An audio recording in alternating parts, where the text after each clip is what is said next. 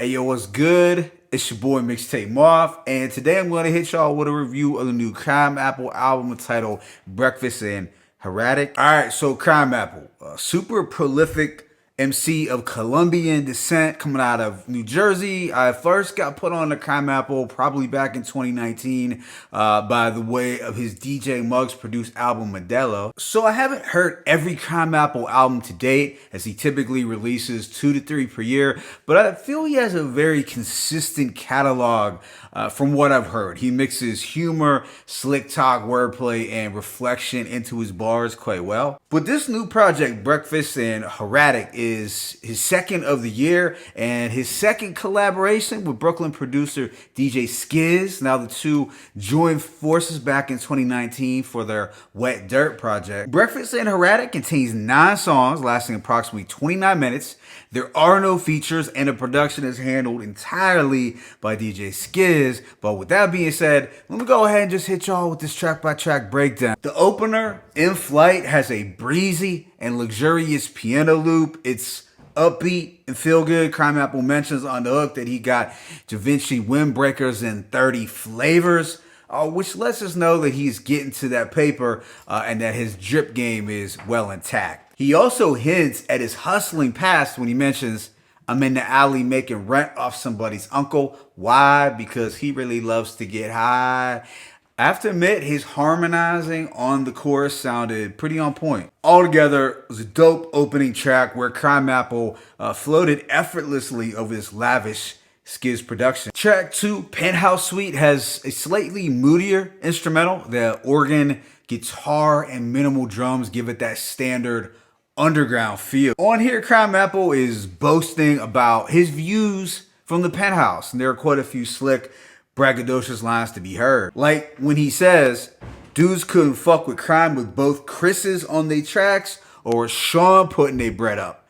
And by both Chris's, I'm almost certain he's referring to Biggie and Pun. As I've heard Crime express his admiration for Big Pun before, and of course, Pun is one of the nicest Christophers to ever bless the rap game. After is Scissor Hands, which has a hypnotic vocal sample. I like the dreamy bells and xylophones towards the end of the beat. This one gives off that driving through the city on a cool summer evening feel. We get more slick wordplay and boasting from Crime, but he also acknowledges the grind that it took him to get where he's at today. Next is the hustling anthem 40 Days and 40 Nights that is set to bright and uplifting soul chops with Jay-Z vocal scratches on the hook. I got an appetite for destruction, homie, and you a small fry. This one is a rags to riches tale about overcoming. He mentions the people who call him lucky without ever having seen the toil involved. And he has a pretty sharp critique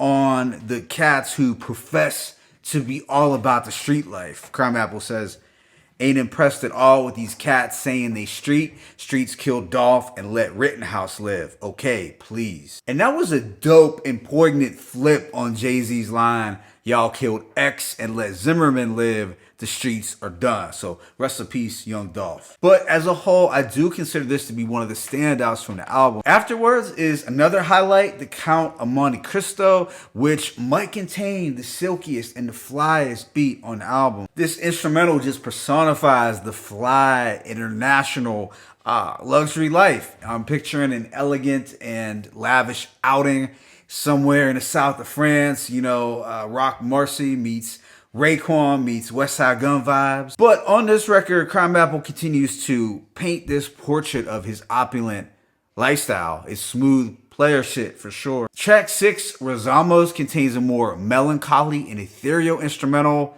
but it's still wavy. Crimeapple reflects, crib by the water with the view I had to sweat first, got it straight out the wet dirt. Your favorite rapper probably listened to my best work. Another very solid song. Track 7, Wonder Years, finds Crimeapple reminiscent on his come up in hip hop and also his family ties to the streets and to hustling. It's set to a stripped back bass guitar loop with some horns that pop on the hook. There is something about Crimeapple's storytelling that does feel a little reminiscent to Cameron's at times, especially here. It's possibly his humor and work play combined that makes me draw this comparison. Crimeapple looks back at his young adult life with my cousin breaking down peas, giving me consignment, got a job at the deli so mama wouldn't notice all this Nike shit, woo wear, and rock-aware clothing. So he's letting you know that he hopped off the porch and he did a little dirt. I like the lines.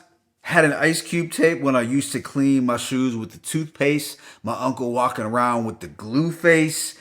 In addition, I also dug at the end where he talked about having a shoebox filled with old DJ Clue, Cutmaster C, and K-Slay tapes. And I thought to myself, Crimeapple, you are one lucky man. I'm kicking myself personally for not taking better care of my cassette collection over the years. So if you have those mixtapes, you are very fortunate and you gotta cherish them. The second and last song, Leluvia, has a pretty cool rhyme scheme where he uses words with the letter L frequently, like alliteration. But this has another suave and mellow instrumental. It's very player. I did like his opening lines, listening to young Dolph looking like Dolph Lundgren. Loving the Dolph shoutouts on this album, by the way. Then the project comes to a close with Currency Exchange, where Crimeapple continues to paint pictures of his extravagant living. He seems to be in a really good space on this album, and he kind of gives Currency a run for his money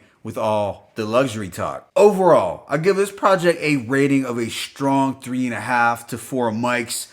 I'm leaning closer to a 4. I found myself giving similar ratings to each Crimeapple album that I reviewed. They are all super solid, dope, and demonstrate his consistency as an MC. This album is short and to the point with no skips. In that sense, it kind of reminds me of recent Your Old Juke project. That being said, as much as I have dug each Crimeapple release, his past few projects haven't blown me away enough to, go over the 4 mic rating mark. But I did find this project to be a little more enjoyable than his last few, even the Muggs one. I do think DJ Skizz provided Crimeapple with a batch of unique, rich, and luxurious backdrops that might have made this one of Crimeapple's smoothest projects to date, and it's evident that the two have chemistry whenever they link. My favorite tracks include In Flight, Scissor Hands, 40 Days, 40 Nights, The Count of Monte Cristo, and Leluvia. Let me know what you thought about this album in the comment section. It's your boy Mixtape Moth. I'm signing out. Be sure to hit that like button and please subscribe. As always, it's peace and blessings. Crimeapple, DJ Skizz, Breakfast, and Hradec 1.